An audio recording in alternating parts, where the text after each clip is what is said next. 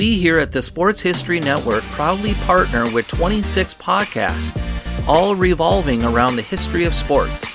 But did you know that many of our hosts were sports history authors way before they started their shows?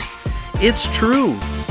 We've got Joe Ziemba, host of When Football Was Football, Joe Zagurski, host of Pro Football in the 1970s, Mark Morthier, host of Yesterday's Sports, Tommy Phillips, host of Lombardi Memories, and Scott Adamson, co-host of From the 55-Yard Line.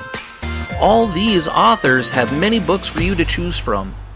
To check them out, go to our website at sportshistorynetwork.com/sportshistorybooks. Pick up your copy today. Soundtrack provided by Kevin MacLeod of filmmusic.io. Welcome to Football is Family, a podcast dedicated to the fan and fan experience. My name is Jeremy McFarland, and I want to look at the positives behind what makes football so enjoyable to watch and follow. I want to know why you are a fan of your team, of a player, or an era of football. Whether the pros, college, or high school, I want to hear and share your stories and your love for the game. If you want to be part of this podcast, please message me on Twitter at Jeremy_McFarland or on Facebook at the Football is Family Facebook page. This podcast is part of the Sports History Network, your headquarters for the yesteryear of your favorite sport. You can learn more at sportshistorynetwork.com. I'd like to welcome you back to the Football is Family podcast. And I'm about to do something here that is out of character for me. And that is, I'm going to congratulate the Baltimore Ravens. Baltimore helped me this past Sunday win a game I shouldn't have won for my fantasy team. I had Justin Tucker starting as my kicker, and just so happened that everybody else seemed just to quit playing, just to stop playing. And if it wasn't for the fact that Justin Tucker kicked the phooey out of a ball, and that's the technical term, kicking a 66-yard field goal to win, I would have lost that game, because you get points not only for the field goal, but you get the points for the distance of that field goal too. I believe it's over 50 yards, you get extra points. And I saw a blip come up on my phone saying that NFL record was made. I'm like, well, I want to see that. And, I'm looking at the the play right now with 3 seconds left. Baltimore was down by 1 against Detroit at Detroit. And I'm telling you what, Detroit this year, if you're a fan of the Lions, you have had the worst luck. Just that's all there is to it. You got a good team. Justin Tucker comes up, walks up, kicks the 66-yarder, which if it was 67, he wouldn't have made it. Had the right doink off the crossbar and went over to win the game. And it got me thinking, we don't always give kickers their due. In reality, special teams is a third of the game. But we typically pay attention to people like a Devin Hester, somebody who is amazing at returning field goal or extra point misses or field goal misses or kickoffs or punts, Dante Hall, people like that, people that made a living doing that. We think about Steve Tasker, who, in my opinion, should be in the Hall of Fame, who did great as a special teams ace.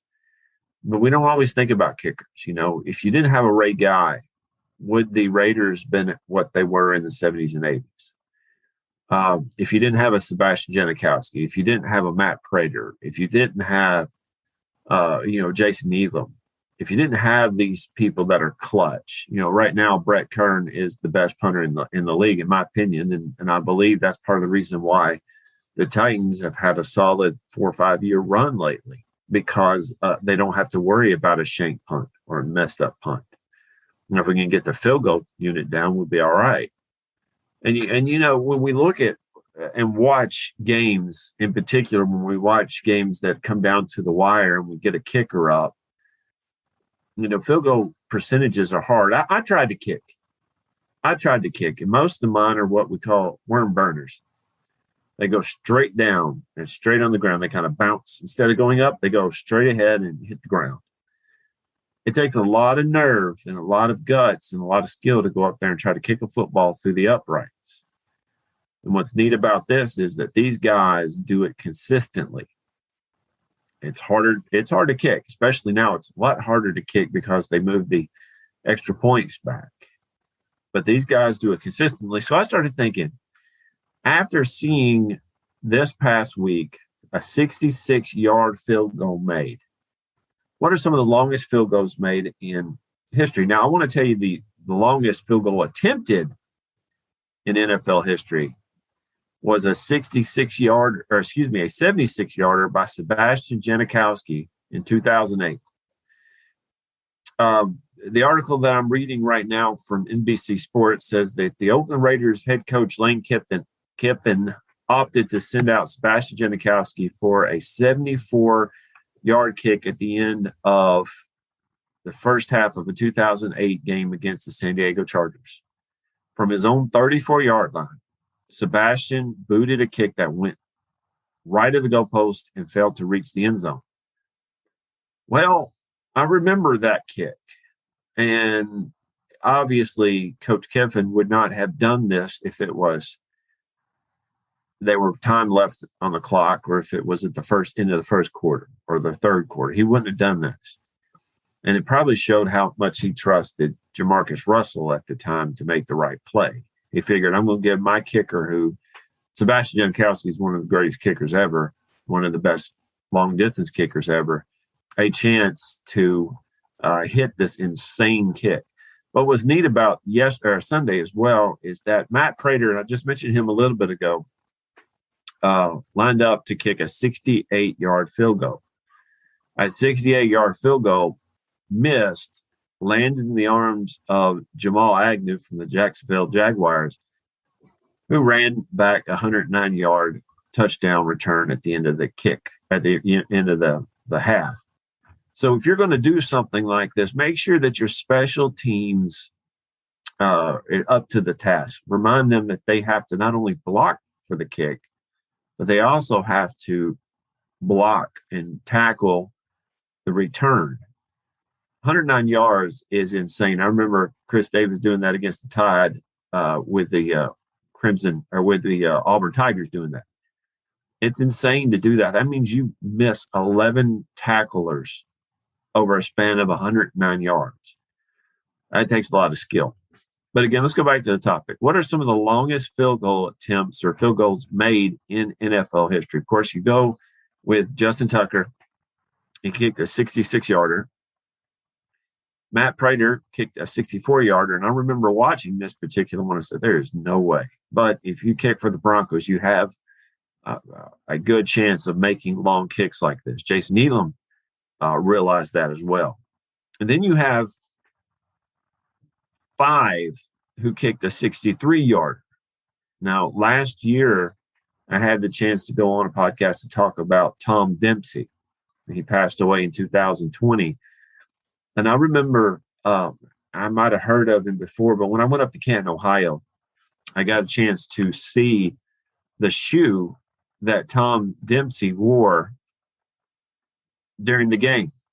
And it looked like a box because he was born with a misshapen foot. And he was able to play football, did pretty well. But when he got up to kick against the Lions, he was down in New Orleans, I believe at Tulane Stadium. He went up and people were laughing at him. And there's no way he's going to kick this field goal. When he laid hold of that football, it said it sounded like a shotgun blast. And that ball sailed over, and he had the record for several years. Is eventually tied. Jason Elam, David Akers, Sebastian Janikowski, Brett Meyer, and Graham Gano. And as the Sports Center says, Graham Gano got it. But these men, 63 yards. You have to think about what goes against many of these people. Now, if you're in Mexico City, which is one of these happen. Or in Denver, you have thinner air. So the ball doesn't have to fight against that. And if you're inside of a dome, you don't have to fight against an outside force of the wind or the weather. But if you kick a 63-yarder in a typical American city that's not a mile high or on a dome outside, you're kicking against the force of nature. You're kicking against the ground. You're kicking against hands. You're kicking against yourself. And it's amazing to watch these guys line up, because the further back you have, the more chances you'll get to miss, because just a little bit off of a kick, the ball could sail right or left. And if you're further back, you have to line up your kick that it won't be so high. If you're closer, you'll kick the ball pretty high. You need to kick the ball high to miss the blockers. But if you're further back, in order to make the kick further away, you have to kick it more of a line drive, which means that somebody's going to stick up their paw and knock it down more than likely. And especially when you're at the end of a quarter or a half and you're making a kick like this, you have to work up against the nerves. Now, I'll tell you what I can't stand, and I'll be on the icing the kicker. It doesn't always work. In fact, I think I watched something recently that said it doesn't work most of the time. But on Madden, they have a mode that's been there for a few years now called icing the kicker, which I will line up to kick. The computer calls timeout. When you line up to kick on Madden, you get an arrow that will show you where you're kicking, and you can adjust the height, you can adjust the power. But when they ice the kicker, that goes away. And I don't know about this year's Madden, but for a couple of years, they would have, especially if it's near the end of a game that you're going to win the game, your controller will vibrate, be like your heartbeat. I'm like, I'm bad enough as a kicker on Madden that I don't need this extra pressure. Just let me kick a field goal. Let me miss this field goal and get this game over with. I'm watching high schoolers, and my daughter cheers for the middle school here in Waverly, and I'm watching them kick, and I'm impressed with how far they can kick it. But I'll tell you what, get way off the subject, but on special teams, I watched a play last week where they went for two. The Waverly Tigers went for two. The Wildcats, actually, they went for two. And basically, the quarterback took the snap, flicked it to a guy who was standing over to the side. The guy turned around, ran backwards, and threw it over his shoulder. I thought, you are kidding me. Landed in a Waverly receiver's arm. 2-point conversion was good. I said, that mess, almost made me sick looking at that, and that happened. I'm glad it happened, but man, it just like, really? You guys couldn't knock that down. Of course, that play will never work again because people would know what was coming. But how do you throw a ball over your shoulder into the arms of a receiver? How do you do that? 9 times out of 10, that doesn't happen, but it did that time. But you keep going, and you think Brett Meyer once again kicks 62. In fact, he kicks 2 more 62-yarders. Matt Prater has a 62. Stephen Gutowski has a 62. And Matt Bryant has a 62. So you're looking at some amazingly long field goals in the NFL lore. And this is something that I think the more you find kicks, the more the better that kickers get, the better that they train, the better that they practice, the more nutrition, everything else that they get. You're going to probably find that there'll be more kicks that went along with this. They'll probably be a lot further. And not only would they be a lot further, but you'll see a lot more frequency of 60-yard kicks. When you find a kicker that you can trust, and you find a kicker that you can believe in and know that can kick this consistently, you'll find coaches will give them more leeway to do stuff like this. I remember watching several times. I go to Titans training camp, and the kicker and the punter and the special teams, they go off to the side. Most people want to watch the quarterback or the defense play, but I go over there and watch the special teams because there are not a lot of people there. Well, as I was watching them, I was noticing that they were going back step by step, yard by yard, and trying their best to see how far they can kick it. These guys were not Sebastian Janikowski, but they were kicking 50, 55-yarders consistently. It takes a lot of nerve to do a kick like this, to try and not only attempt it, but to know that you're going to kick it. Automatic. Now, kickers are players too. They're people too. I give you credit, kickers. But I'll give you one more story and then I'll finish for the day. I appreciate y'all listening. A few years ago, a friend of mine and I were wanting to see if we could break, at the time it was Jason Elam's record. We want to see if we can kick a 63-yarder. Of course, that was Tom Dempsey's record as well. And then Sebastian Janikowski. But you know what I'm saying. We're trying to see if we can kick further than 63 yards. So we created a guy that we called Kick Butt. And Kick Butt was a guy who was extremely short and round around his hips and his thighs. Think about Earl Campbell, only shorter. Because we thought, well, that would help his kicking. It doesn't help his kicking. He just looked like a shorter Earl Campbell, really. We gave him top range. We gave him top accuracy. We gave him strength. We gave him all these things. Of course, he couldn't tackle. We made sure that we didn't make him a Superman. And we tried a 64-yarder. And we tried a 64-yarder, and we tried it, and he could never do it. He could never do it. So we ended up putting somebody like Sebastian Janikowski up there. He could kick it all day long. We realized that, great kickers are not made by Madden players. They are trained and they try their best and they practice and practice and practice, and that's what happens. I give a lot of respect to Justin Tucker. Thank you for helping me win my fantasy league game this week. Please don't do that against the Titans whenever you play them in the playoffs. Just avoid kicking 66-yarders. It would make me very happy. I'll send you a thank you card. I appreciate that. I'll have a great rest of the week. Thank you for listening to Football's Family.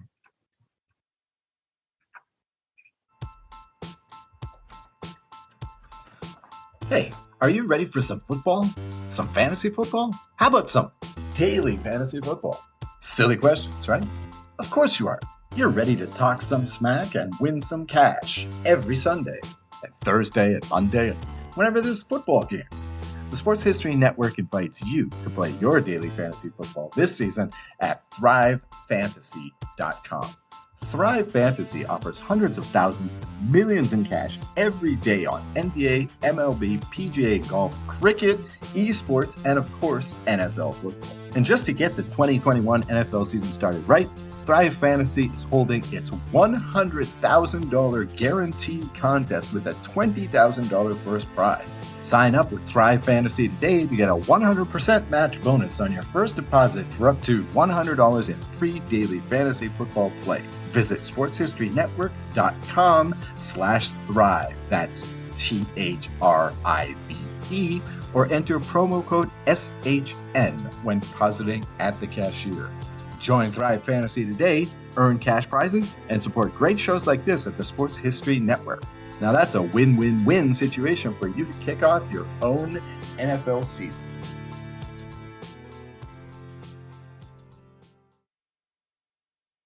At the Sports History Network, we're all about sports yesteryear, and so we're so pleased to introduce you to Row One, an online memorabilia gallery and shop that brings your sports history to life anywhere. The Row One gallery includes over 5,200 gorgeously reproduced prints of team posters, game program covers, game tickets, advertisements, and more in baseball, pro and college football, pro and college basketball, and more. And any gallery item may be printed in a variety of sizes on wood, metal, canvas, acrylic, or poster paper. And in Row One shop, check out the thousands more of unique items with a retro and historical designs dating back to 1876, including t-shirts, long sleeve shirts, phone cases, mugs, blankets, pillows, towels, and even shower curtains. Go to sportshistorynetwork.com, ROW1, for access to the full Row One catalog and for gallery prints and gift items, plus get a 15% discount off all prints on the Row One Pictorium Gallery with coupon code SHN15. Follow the link on the show notes.